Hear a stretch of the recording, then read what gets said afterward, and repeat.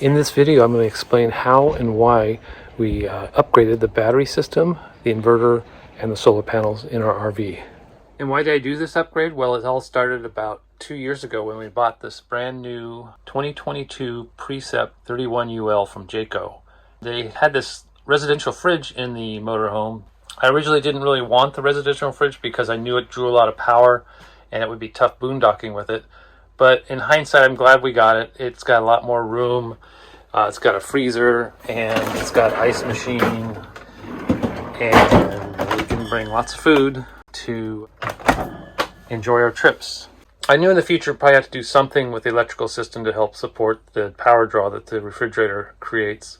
In our current setup, we had two 6-volt lead acid batteries in series, which made 12 volts, and they put out 200 amp hours. But since they're lead acid, you can only use about half of the amperage, otherwise you start destroying the batteries. So realistically, they were only good for 100 amp hours, and that would get us only about 10 hours of use of the motorhome with the refrigerator running. The refrigerator sucked at least 100 watts per hour, and that would drain the batteries pretty quickly. Well, I looked into lithium batteries and found out that the lithium phosphates are now considered quite safe. They're pretty compact, and although they do cost a little bit more, they last for quite a long time, and they packed a lot of power in them. The inverter's right here, and I put the lithium batteries under the bed not far away. So here you can see the two batteries wired in parallel. The DC cables run through this little window into 3,000 watt inverter. One thing that's really nice to have is this Victron shunt that you attach on the negative side of the battery. And what it does is it measures how much power goes through the battery, kind of like a gas gauge, to see how much battery power you have left. Also wired in the battery compartment are a couple of circuit breakers which can be reset. I want this more powerful inverter so that it can power everything in the motorhome. It will run an air conditioner or a microwave and everything else. In addition to the inverter, there's an automatic transfer switch. Here's a new automatic transfer switch I installed. This one was the old one, so we use them both. And then there's also wiring that goes back to the back of the circuit breaker panels. Had to do some modifications to the circuit breaker panel to run anything on the circuit breaker panel from the inverter. So here's the old AC electrical system. You have either generator or shore power that goes through this automatic transfer switch, and from there it goes to the main circuit breaker panel and also to a sub panel. Now if you don't have shore power or generator power, you can use the battery, 12 volt battery, and then we're lead acid batteries, 200 amp hours. It would go through the 1200 watt inverter, DC in. It would go out to the fridge and outlets. If you do have the generator and shore power, then the power would run through the main breaker panel, through the inverter, and then to the fridge. So there's two ways that the fridge would get power, either through the battery or through the main AC panel. With the new system, I wanted the inverter to be able to power things like the air conditioner or the microwave, everything on the main panel. So I had to redesign the system. So here's the new AC system I designed. This shows when you have either generator or shore power on, how the electricity flows. And here's the new AC system for when you don't have generator or shore power and you just have batteries. This is how the electricity flows to the inverter, and it's able to power the main AC circuit breaker panel.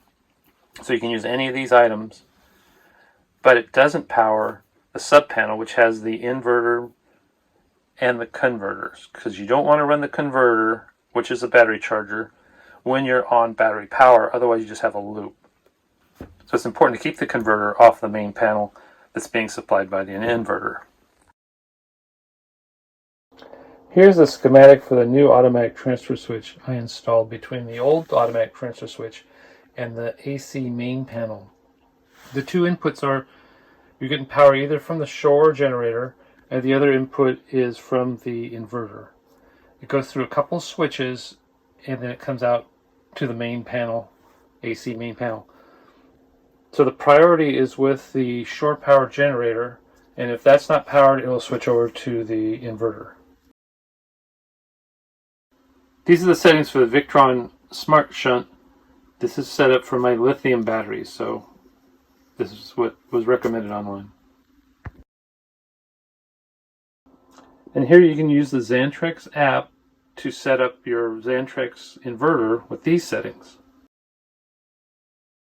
After the project was complete, I decided to make a list of steps to take to slowly introduce power into the system one step at a time.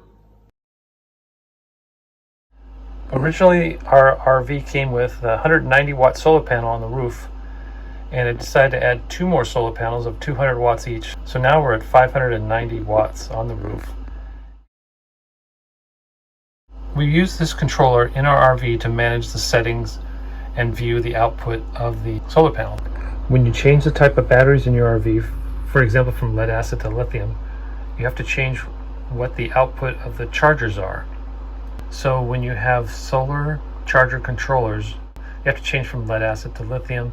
Also go on your main charger and you can flip a little switch that changes from lead acid to lithium, or you might have to change the charger completely.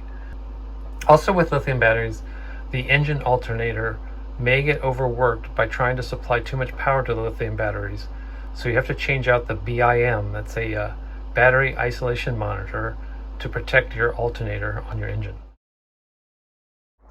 So after completing the test, I decided to try out the microwave. Our microwave uses 1700 watts, and the rear air conditioner used 1000 watts. The front air conditioner just under 1200 watts. Then we have a little portable oil heater, and it used between 600 and 1200 watts. So I was happy to find out that my plans work. The new inverter, the new batteries, were able to run any system in the RV. I just have to be careful. I don't want to run like both air conditioners or an air conditioner and a microwave. We just have to be careful with the total amount of load. Here's the compartment where the old batteries were stored. This is the battery tray that slides out. What I did was mounted some battery bus bars to this plywood and took the old battery cables and attached them to the bus bars. I also installed external solar so I could plug in a portable solar panel. So I have this solar controller here with cables going to the battery bus bars, and then there's a plug right here that I can plug into to plug in portable solar.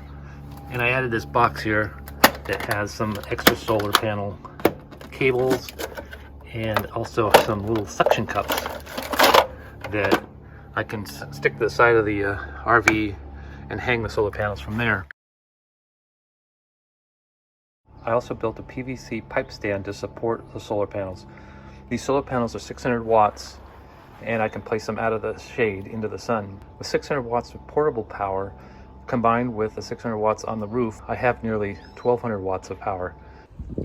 Now when we're boondocking, we'll have all the power we need, because power is awesome.